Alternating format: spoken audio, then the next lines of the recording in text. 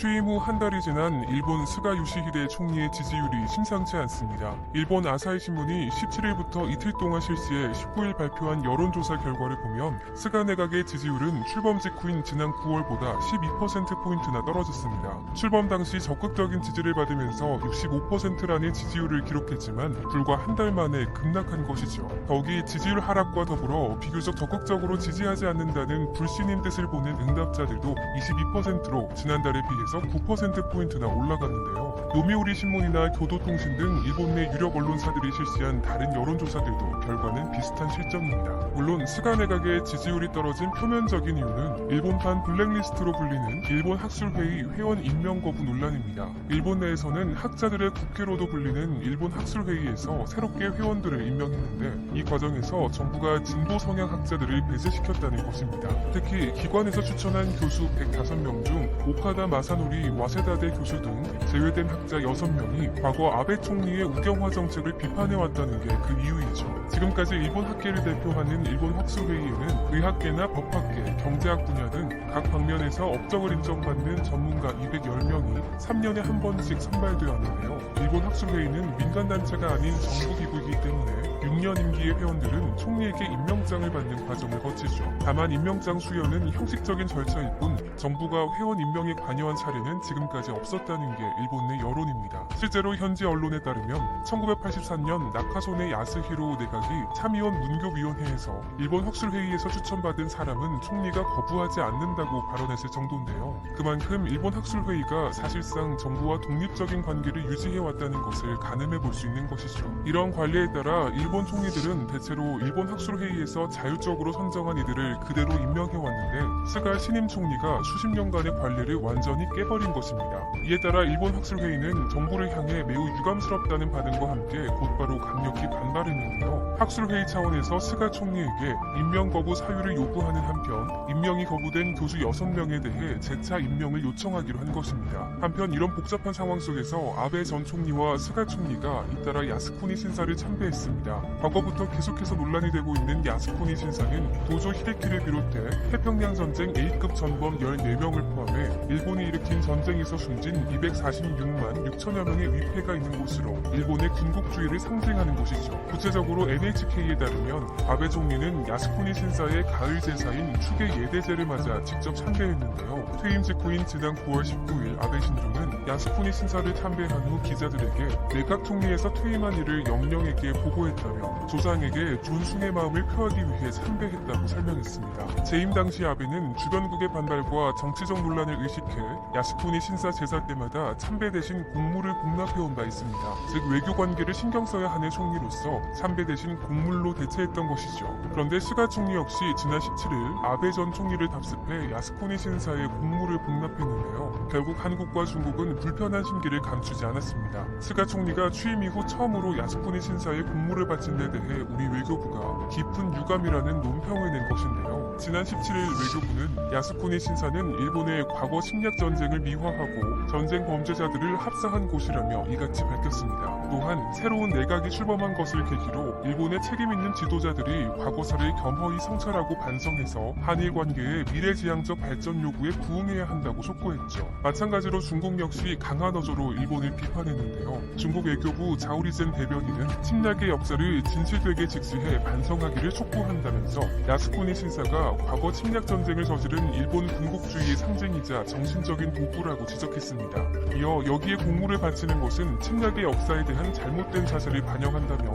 실제 행동으로서 아시아 각국과 국제사회의 신뢰를 얻으라고 강조했는데요. 이렇게 국내외적으로 비판을 받으면서도 스가 총리가 최근 이 같은 결정을 내린 이유와 그에 따른 반발이 나오는 이유를 분석해보면 매우 흥미로운 점을 발견할 수 있습니다. 먼저 스가 총리는 아베 전 총리 정권에서 관방장관만 무려 8년을 지냈습니다. 일본 내각의 관방장관이라고 하면 총리의 입, 고로 대변인 역할을 하는 복심 중의 복심이라고 할 수 있죠. 아베 전 총리의 급작스러운 건강 악화로 급하게 총리가 된 스가는 아베 정권을 그대로 이어갈 것이라는 뉘앙스를 여러 차례 밝혀온 바 있습니다. 이는 자민당의 전통적 지지층인 보수 성향 유권자들에게 기대서 정권을 흔들림 없이 이어가겠다는 의지로 볼 수 있는데요. 특히나 스가 총리는 외교 방면에서는 자민당 총재 출마 직후부터 검증되지 않았다는 평가를 줄곧 받아왔습니다. 이를 의식한 듯 스가는 총리가 된 이후에도 외교는 아베 총리의 자문을 구하겠다고 직접 언급했죠. 한마디로 사실상 자신의 경험 부족을 스스로 인정한 꼴입니다. 아베의 복심으로 8년을 지낸 뒤 아베의 자리를 물려받은 스가. 하지만 그의 정치적 배경은 아베와는 사뭇 다릅니다. 알려진 대로 아베 전 총리는 정치인 집안에서 자랐습니다. 기시 노부스케 전 총리의 외손자로 정계 신인 시절부터 유명세를 안고 정치 생활을 시작했습니다. 대학을 졸업한 뒤에는 잠시 미국에서 영어를 공부했고 그 뒤 고베 제강소에 입사했습니다. 거기서 다시 미국으로 건너가 뉴욕 사무소에서 근무하기도 했는데요. 유복한 정치가 가문 아들인데다 미국 경험까지 갖춘 건데 일본에서는 더할 나위 없는 스펙이라고 할 수 있습니다.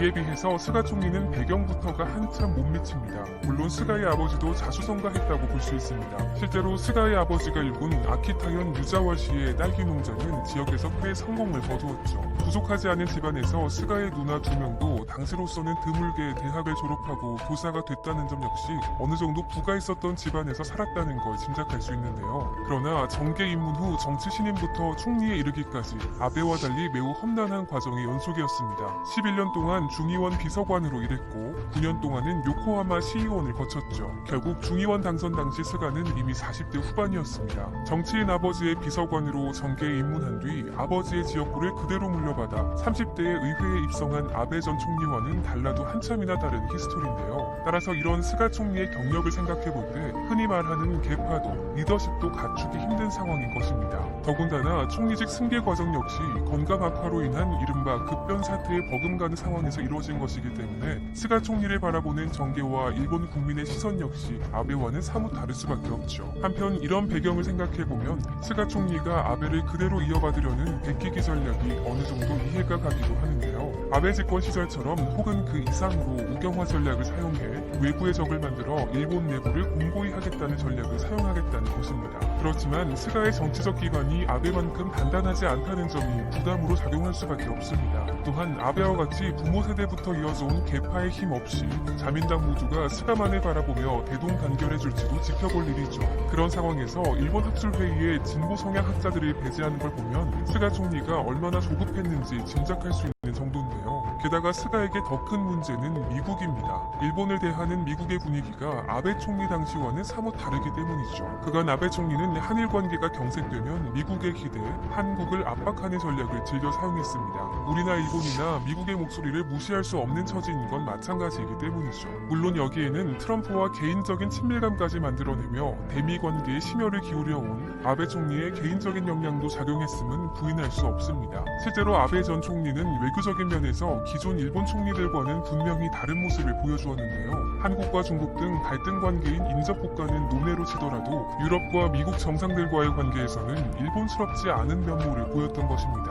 활달하고 친밀하며 때로는 우스꽝스러운 인상까지 보여주면서 친밀감 형성에 집중했었죠. 트럼프 대통령을 도널드라고 부르고 메르켈 독일 총리를 앙겔라라고 부르던 그는 억지스럽다 혹은 외교적 실리보다는 국내 지지층에 대한 어필이었다는 비판도 많이 받았지만 어느 정도 효과를 얻어낸 것도 사실입니다. 이에 따라 아베가 떠난 뒤 달라진 미일 관계 분위기는 일본 내에서도 인지하고 있습니다. 지난 16일 요미우리 신문이 미중 대립이 격화되는 와중에 현재 일본 정부가 전면적인 미국 추종의 위치에 선다면 일본의 국익을 지킬 수 없다고 판단했다는 보도가 나온 것인데요. 이는 일본 정부가 미국의 클린 네트워크 참여 요구에 대해 난색을 표한 뒤 나온 보도이죠. 클린 네트워크란 미국이 중국과의 갈등 국면에서 중국을 타깃으로 해 지난 8월 안보 등의 이유를 내세워 중국 기업을 5G 통신망 사업과 앱스토어, 클라우드 시장 등에서 배제하는 구상을 말합니다. 일각에서는 클린 네트워크를 미국이 사실상 중국 기업 화웨이를 배제시키려는 목적이라고 해석하면서 미국의 반화웨이 네트워크로 부르기도 했습니다. 결국 일본 언론에 따르면 마이크 폼페이오 미 국무부 장관이 지난 6일 도쿄를 방문해 모테키 도시미스 외무상과 회담을 갖고 클린 네트워크 계획을 설명하며 일본의 동참을 권했지만 일본 측이 특정 국가를 배제하는 방식의 네트워크에는 참여하기 어렵다는 뜻을 전달했다는 것입니다.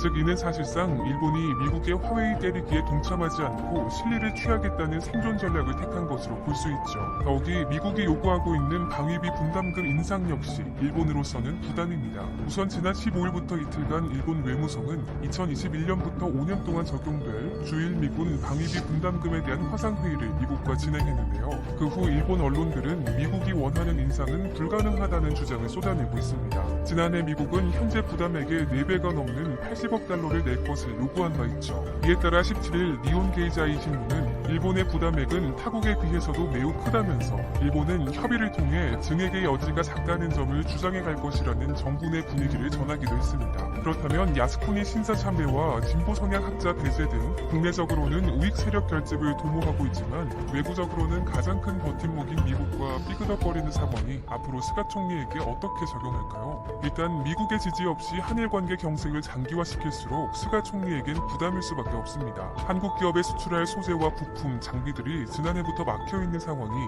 일본 기업의 생존을 위협하게 될 수준까지 가기에 방치할 순 없기 때문이죠. 실제로 일본 내에서도 한일 관계를 개선해보려는 움직임이 조금씩 나오고 있는 상황이기도 합니다. 물론 표면적으로는 여전히 독일 베를린 미테구에 설치된 평화의 소녀상 철거 문제와 일제 강제징용 배상 문제 해결을 스가 총리 방한의 조건으로 내거는 등 어깃장을 놓고 있는 것처럼 보이지만 스가 총리의 최측근 중 한 명인 가와무라 다케오 일한 의원 명맹 간사장이 방한해 여야 대표들을 잇따라 만난 것인데요. 특히 가와무라 간사장은 이낙연 민주당 대표와 김종인 국민의힘 비대위원장을 만나 일제 강제징용 배상 문제에 대해 논의한 것으로 알려졌습니다. 양국이 합의점을 도출해내지 못했다 하더라도 대화 자체를 거부했던 아베 총리 시절과 일본의 태도가 달라졌다는 것은 분명해 보입니다. 지난해 일본은 한국에 대한 수출 규제 조치와 우리 정부가 거론한 한일 군사정보 보호협정, 지소미아 종료 문제 등에서 미국의 암묵적인 지지를 받아왔습니다. 게다가 당시 미국이 지소미아 유지를 공개 거론하면서 문재인 정부로서는 지소미아 종료를 강행하기에 매우 부담스러운 상황이었던 것도 분명 사실이었죠. 하지만 지금은 그 당시와 완벽히 달라졌습니다.